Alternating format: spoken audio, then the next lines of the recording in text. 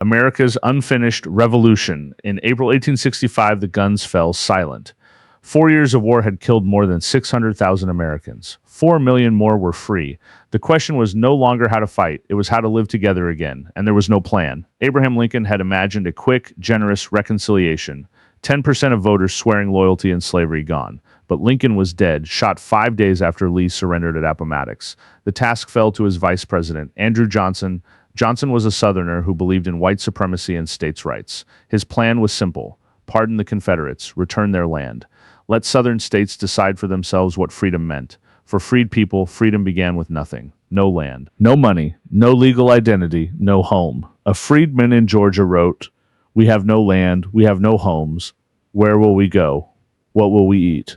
The federal government tried one answer: the Freedmen's Bureau, created in March 1865 to provide food, schools, hospitals, and labor contracts. Its leader, General Oliver Howard, said, "We must make the freedman a free man indeed, not just in name." But the Bureau had fewer than 1,000 agents for 4 million people. It had no army and no budget to enforce what it promised. Southern states answered with something else. The Black Codes. Mississippi declared that every black man must have written proof of employment each January.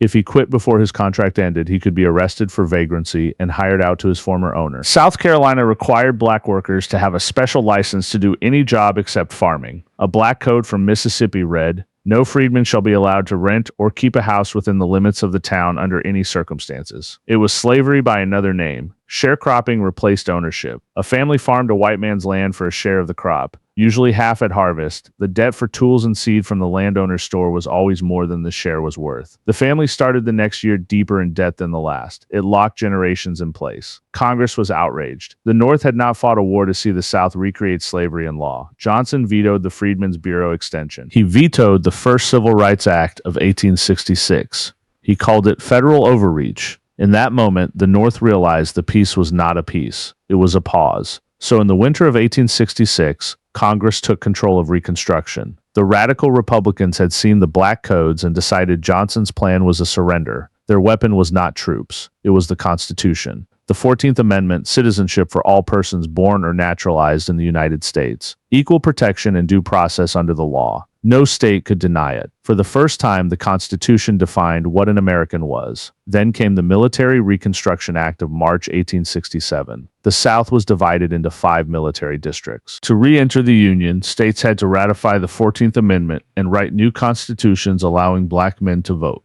What followed had never happened in American history. Black men voted. Black men held office. Nearly 2,000 black men held public office during Reconstruction. Hiram Revels of Mississippi became the first black senator in 1870. Robert Smalls, who had stolen a Confederate ship in Charleston Harbor to free himself and his family, was elected to Congress and served 5 terms, and there were schools. The Freedmen's Bureau built nearly 3,000 schools. Missionary teachers came south. Literacy among freed people doubled in 5 years. A freed woman in South Carolina wrote, "My children can read now. They have a school." I never thought I would see this in my lifetime, but power creates backlash. In Pulaski, Tennessee, in 1865, 6 former Confederate officers formed a social club. They wore white sheets to frighten people. They called it the Ku Klux Klan. By 1868, it was a terrorist army burning schools, whipping teachers, murdering black voters and white Republicans who supported Reconstruction. Their goal was simple: make freedom too dangerous to use. President Ulysses S. Grant responded. In 1870 and 1871, Congress passed the Enforcement Acts. Federal troops arrested thousands of Klansmen. Federal courts prosecuted them. For a brief moment, the government fought back and the Klan was broken. In 1870, Congress added the 15th Amendment. The right to vote shall not be denied on account of race. On paper, America had been remade. Slavery was abolished. Citizenship was guaranteed. Voting was protected. Then America got tired. The Panic of 1873 crashed the economy. Railroads failed. Banks closed. Factories shut down.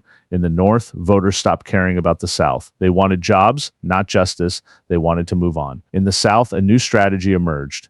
Not hoods, but law. Poll taxes that a sharecropper could not pay. Literacy tests where a white registrar decided if you passed.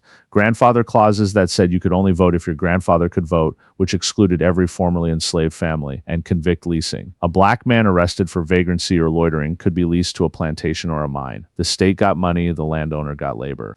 It was slavery with paperwork. By 1876, the presidential election was disputed.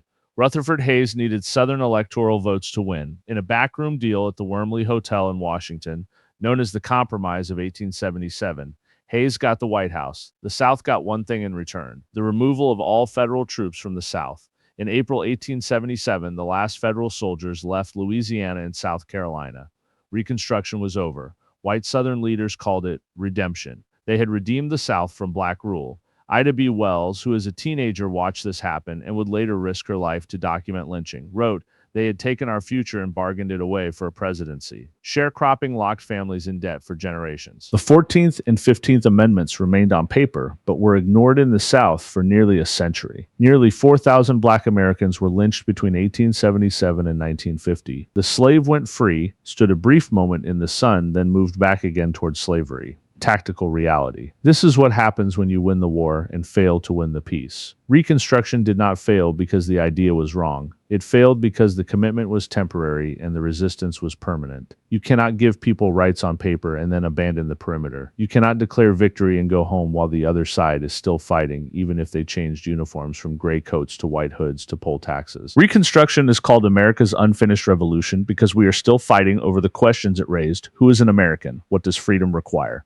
And whether law on paper means anything without the will to enforce it, that is the survival manual hidden in this era. Freedom is not a moment, it is maintenance. Thank you for watching. Please make sure you like, comment, and subscribe to Chronicles Across Continents for more history content. See you next time.